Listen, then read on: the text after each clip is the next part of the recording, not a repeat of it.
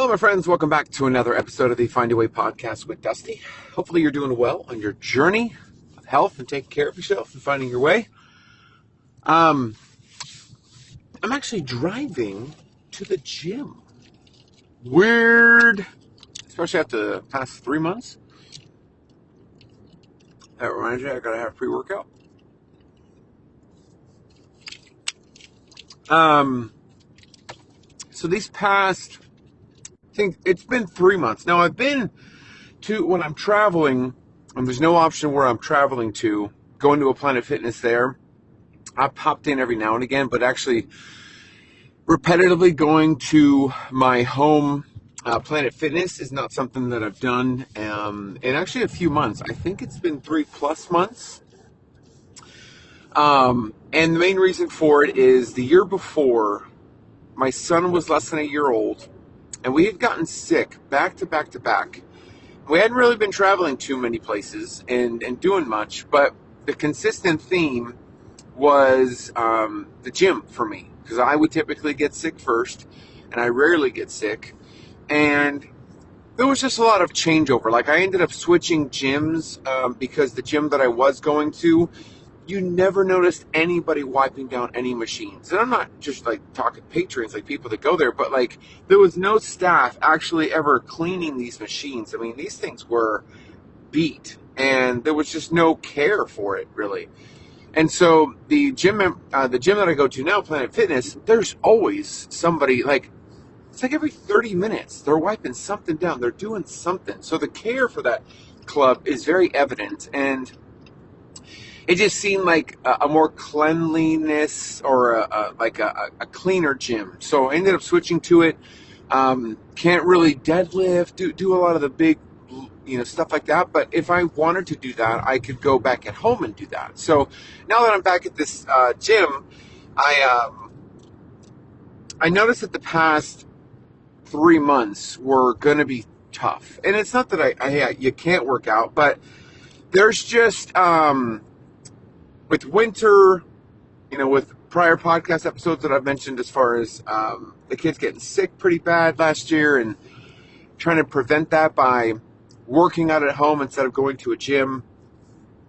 I knew that kind of that break, that take a trip somewhere and be somewhere to take a break from the everyday, it just does something for you mentally. Get on your headphones, you put your hoodie up at times, and you just kind of zone out the stresses and the worries of life, and you just kind of find a way wherever you're at. And so for me, that was just a huge anchor for me at the initial part of me losing 300 pounds, is that it just became such an anchor for me to just disconnect from the stress, because I was a stress eater. I'm a stress eater. When I'm stressed, I notice that I tend towards snacking and munching to kind of get rid. It's almost like that shake that happens when you've got anxiety, you're stressed. It's like what calms the shake is food. And I noticed that. And so for me, getting out to a gym just really helps calm things for me. It's like I'm trying to find a relatable connection to, like, oh, well, this calms. Like, it does. It calms. It allows me to disconnect from the stresses and the worries and the things that have really plagued me the 40+ years that I've been here on this earth, and just kind of disconnect from it and find a good rhythm of prioritizing my health, refocusing my stress into something that benefits me rather than harms me.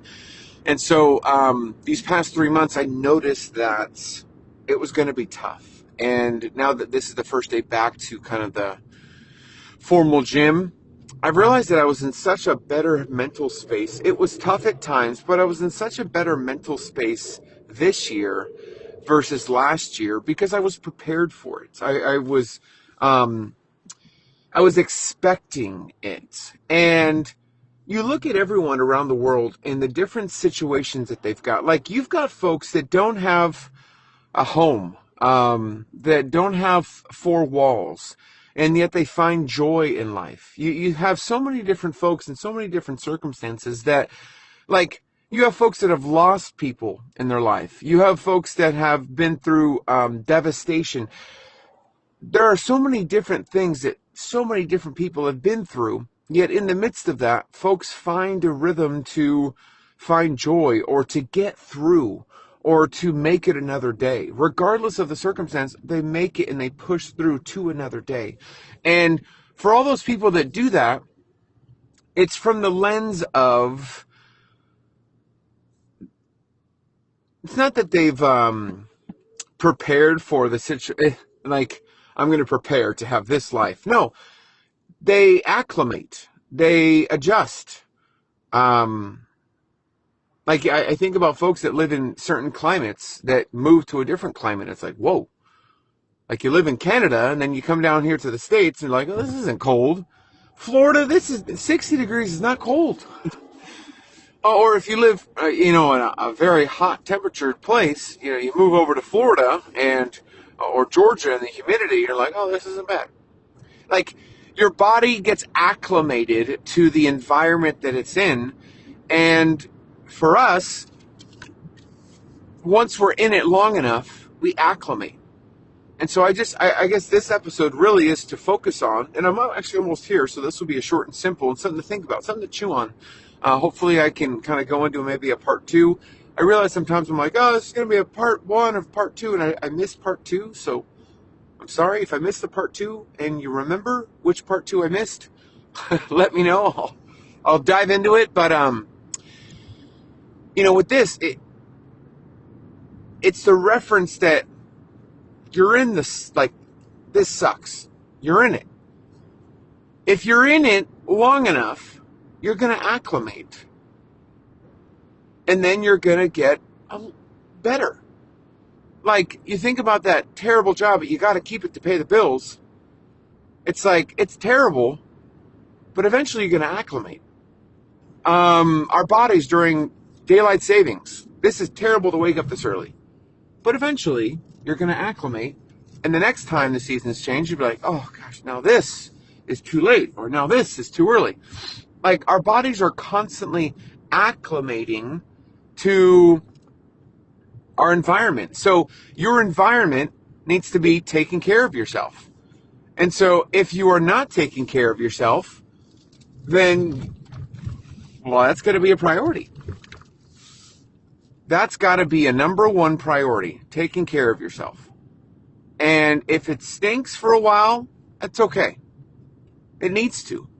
And you need to acclimate to the circumstance of taking care of yourself. You have to. Because if you don't take care of yourself, I mean, you're going to be in such a better, or not better, you're going to be in such a tougher spot. Not better, but a tougher spot. Simply because it's not that, end of life, you're going to experience so much more. Like, let's take a separate from that, because that's like the guilt into something that we don't want to do because we don't want to have a tough life later. No, let's, the endless cycle of losing, gaining, losing, gaining, losing, gaining. That's the torture.